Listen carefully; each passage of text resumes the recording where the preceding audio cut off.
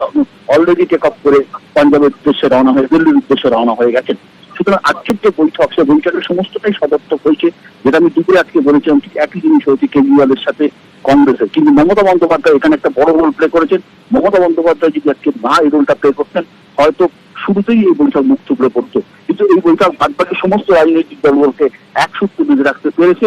কিন্তু কেজরিওয়ালের সাথে সম্ভবত আমার যেমন হচ্ছে, আগামী দিনে এই জোটের শাখার সম্ভাবনা অত্যন্ত ক্ষীণ হয়। ধন্যবাদ।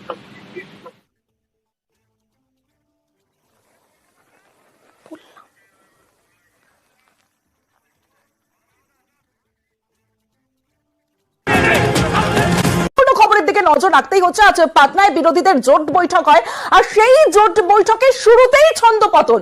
বৈঠকে আপ কংগ্রেস তুমুল বিবাদ। বৈঠক ছেড়ে বেরিয়ে যান অরবিন্দ কেজরিওয়াল। সমস্যা মেটাতে হস্তক্ষেপ মমতা বন্দ্যোপাধ্যায়ের। আপ ছাড়া জোটের বৈঠক সফল, সম্ভবত সিমলার বৈঠকেও থাকবে না আপ।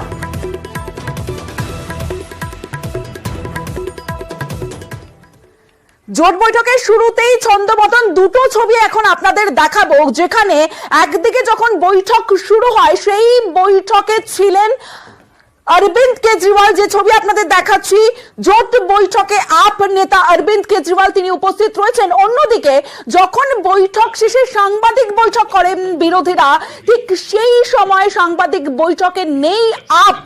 সেই দুই ছবি আপনাদের দেখাচ্ছি, কারণ জোট বৈঠকের শুরুতেই ছন্দপতন। বৈঠকে আপ কংগ্রেস তুমুল বিবাদ হয়। ঠিক কি হয়েছিল, কেন হয়েছিল এই ছন্দপতন, কেন জানবো। এডিটর ইস্ট বিশ্ব মজুমদার এই মুহূর্তে আমাদের সঙ্গে রয়েছেন। বিশ্বদা, কেজরিওয়ালের সাথে প্রচন্ড ঝামেলা হয় কংগ্রেসের। কেজরিওয়ালের সঙ্গে কেজরিওয়ালের অধ্যাদেশ নিয়ে শুরু হয় যে কংগ্রেস সাপোর্ট করবে কি করবে না এই নিয়ে। কংগ্রেস বলে আমরা নিশ্চয়ই সাপোর্ট করবো, আমরা